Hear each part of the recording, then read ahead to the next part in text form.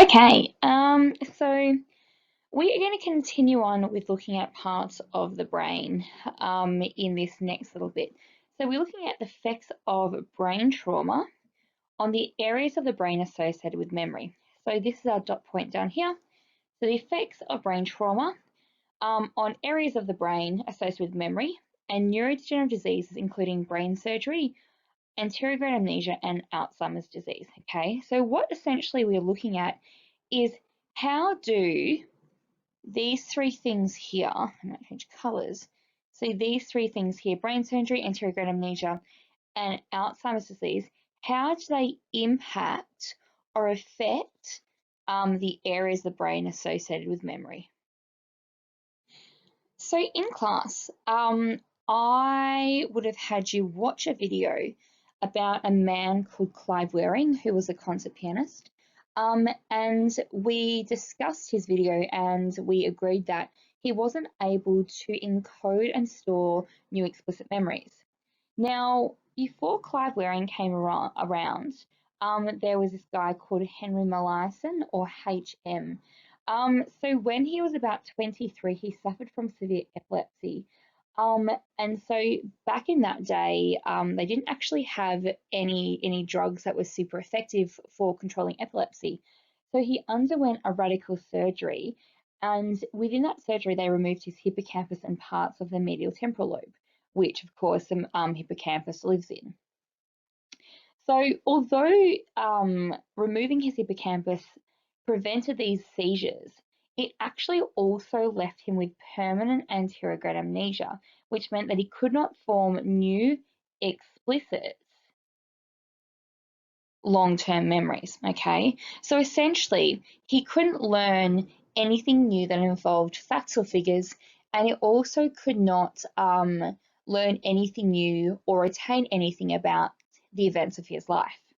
In saying that, though, he was able to do things like fear, or he was able to make emotional memories, and he was also able to engage in and learn in procedural tasks. Okay, so let's have a look at what this term brain trauma actually means. So brain trauma is an umbrella term, and it refers to any brain injury that impairs the normal functioning of the brain. So some of these injuries can be congenital or inherited, but most are acquired at some time after birth.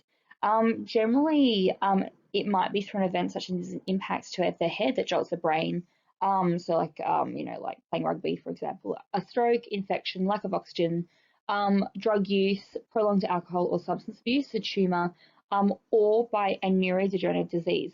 Now, we've already looked at one neurodegenerative disease, Parkinson's, okay, and we know that within that disease, there's progressive degeneration of neurons. Okay. Now, this brain trauma can be mild or severe. Okay, so it can be like not a lot of an effect, or might be a very severe effect. It could be temporary, so it could last for a short while, or it could be permanent. Okay, so we've looked at a diagram that looks like this before when we looked at the brain areas associated with memory. Okay, so what happens when brain trauma affects these areas? So first and foremost, if the amygdala is damaged, okay, so the amygdala, there might be difficulty remembering emotional aspects of a memory. There might be impaired ability to recognize emotional expressions, and you may be unable to acquire a conditioned fear response. The hippocampus, there might be problems with the formation of explicit memories and their transfer to the cerebral cortex. You also might be able to consolidate or set those explicit long-term memories.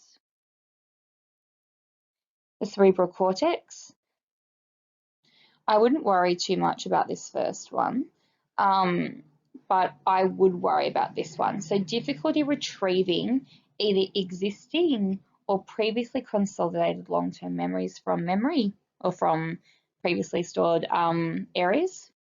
And lastly, with a cerebellum, we might have difficulty coordinating and timing of voluntary movements and navigating spatial tasks.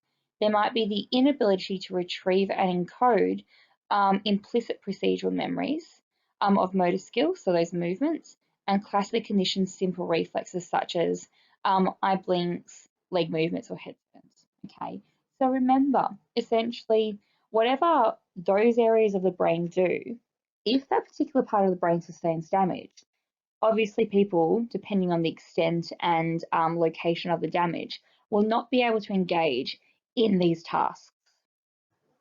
So when particular parts of our brain are damaged or they sustain some trauma, one effect of this might actually be amnesia, okay? Now, this definition is a little bit funny, so I'm going to break it down for you, okay? So amnesia is a permanent or temporary, complete or partial loss of memory, typically as a result of organic cause. So again, let's break this down. So it might be permanent, so forever.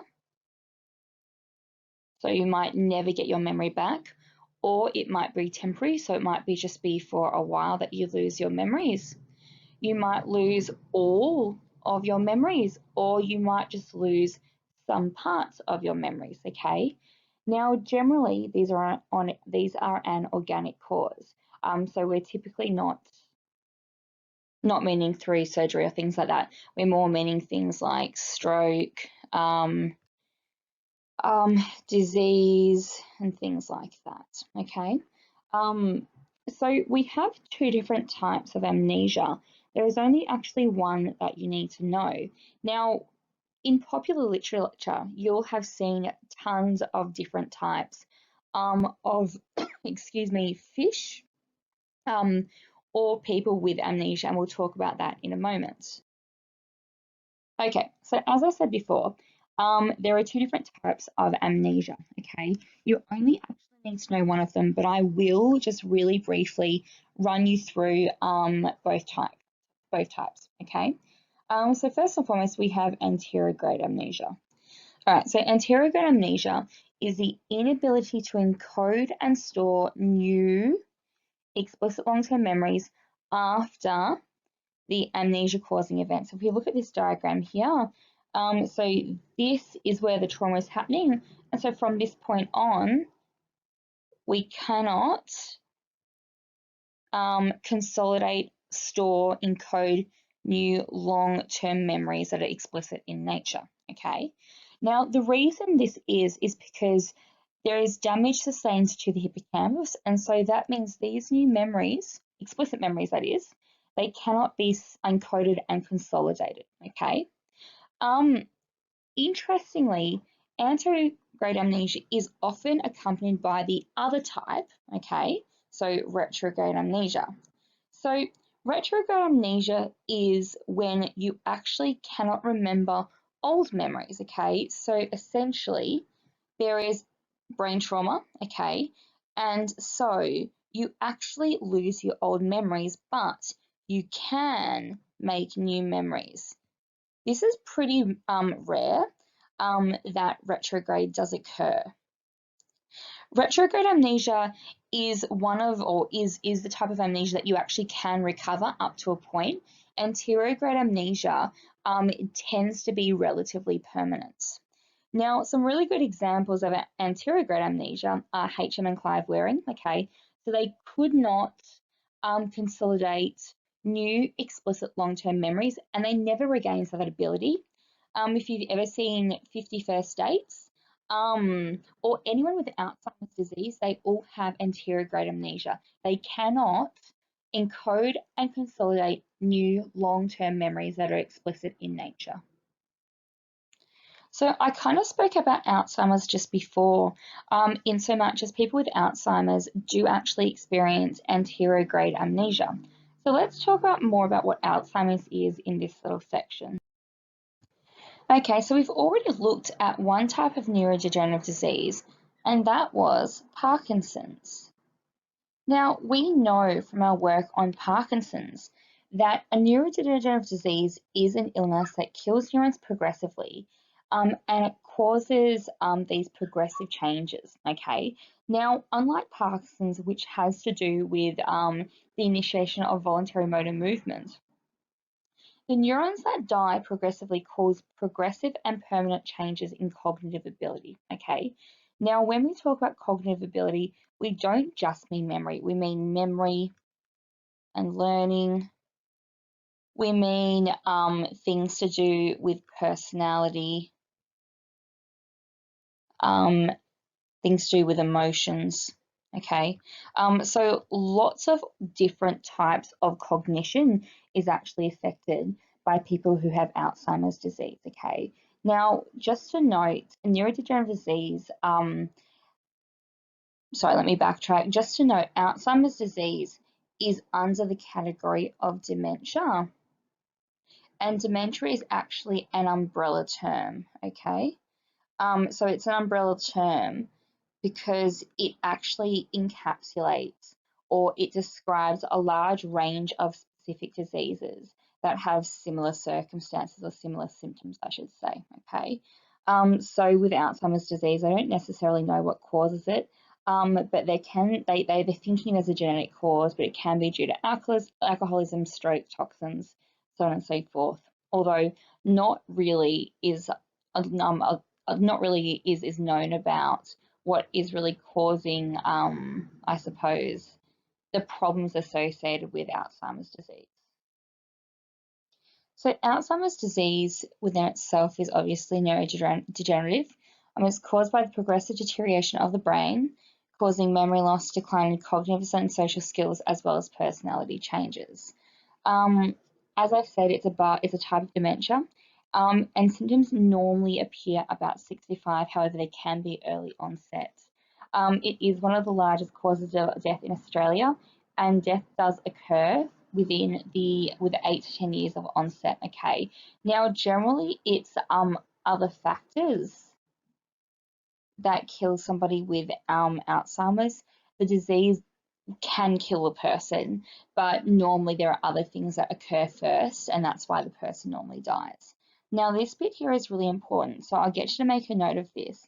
Diagnosis can only be made after death, through autopsy. Okay, so within Alzheimer's, there are changes to the brain that you need to know about. There are really four, okay, and essentially these aren't necessarily causes, okay. These are just biological changes, and we don't necessarily know what causes these changes, okay.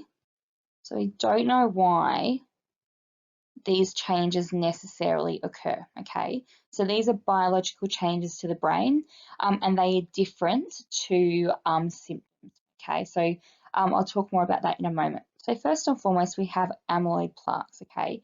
This is an important one to know.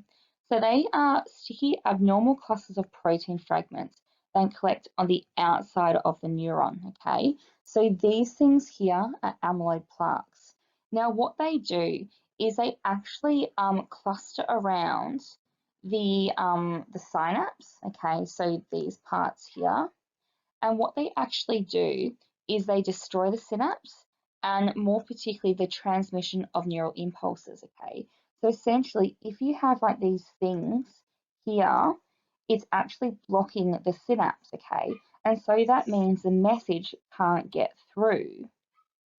So it means like the messages from the neurons are actually interrupted, okay? So the second thing we have, which is really important, I'll go back to red, is our neurofibrillary tangles, okay? So again, these are abnormal buildups of twisted strands of protein within the neurons, okay? Now you can see these here, and they normally occur around the soma, which is where I guess all of the nutrients of the cell live, and that's really the thing that keeps the cell alive. So what that actually does is that kills off that cell body and it kills the neuron holistically. So what that means is if we have another neuron here and this one dies, again, how can the neurons talk to or communicate with each other? Well, the answer is they can't, okay? So it causes cell death. And again, what that does is that disrupts neural communication. One of the other reasons, or one of the other things that occurs, is the brain lacks a particular neurotransmitter called acetylcholine. Now, that's a really easy one to kind of remember. So, if you get stuck on describing amyloid plaques and neurofibrillary tangles, you can just say that the brain lacks acetylcholine. Okay. Now, I will say that these two definitions here, I wouldn't necessarily worry about knowing them word perfectly. I would know what they are. Okay, so clusters of protein collect on the outside. Abnormal protein fibers build up within the neuron. Okay, it's also really important that you know what the effect of those plaques and tangles actually are.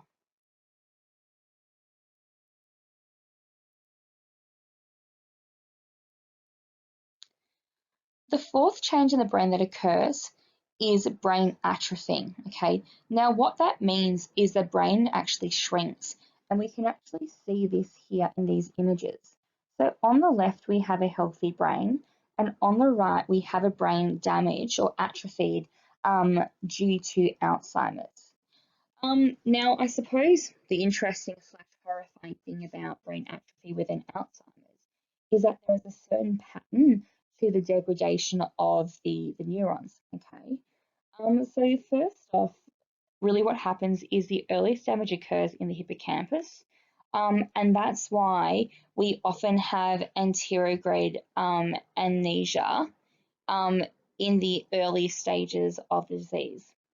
The damage then spreads up to the prefrontal cortex. Um, and so that means that memory, attention, coordination problems occur. We also might have problems with personality and emotions. Um, then what actually happens is if we can kind of have a look at this little brain here. So essentially, you can see here that this brain has shrunk. Okay, so what actually happens is the pattern of forgetting, it kind of comes up in the middle of the brain. Okay, then it goes to the prefrontal cortex, and then it goes all the way back down. Okay, now finally the last thing to really start to degrade is the brain stem, and once the brain stem is atrophied enough, it actually kills the person, because the brainstem is part of the hindbrain, and that is the thing that controls all those autonomic functions like your heartbeat, digestion, all those automatic functions that we need to survive. So the biological changes in the brain are not to be confused with the symptoms, okay? The symptoms occur due to the biological changes. So we have the biological changes and they lead to these symptoms, okay? So don't get them confused. So in the early stages, we have confusion, memory loss, slower response time, social withdrawal, impaired explicit memory, and general forgetfulness. In the middle stage, we have severe memory loss, volatile emotional responses, personality changes, difficulty making simple decisions, some trouble with movement and coordination. Later, we have severe decline in explicit memory. We have severe decline in working memory, so short-term memory, attention and processing. Severe decline in implicit procedural memory, so they forget how to do things like tying their shoes, how to cook dinner. And eventually, they will obviously have anterograde amnesia, so they can't learn anything new that's explicit. And they also forget all of their old memories. And so that's why people in the later stages of Alzheimer's actually forget their loved ones, okay, because they have that retrograde amnesia. So that's that with this PowerPoint. So now we will move on and look at neurons involved in memory.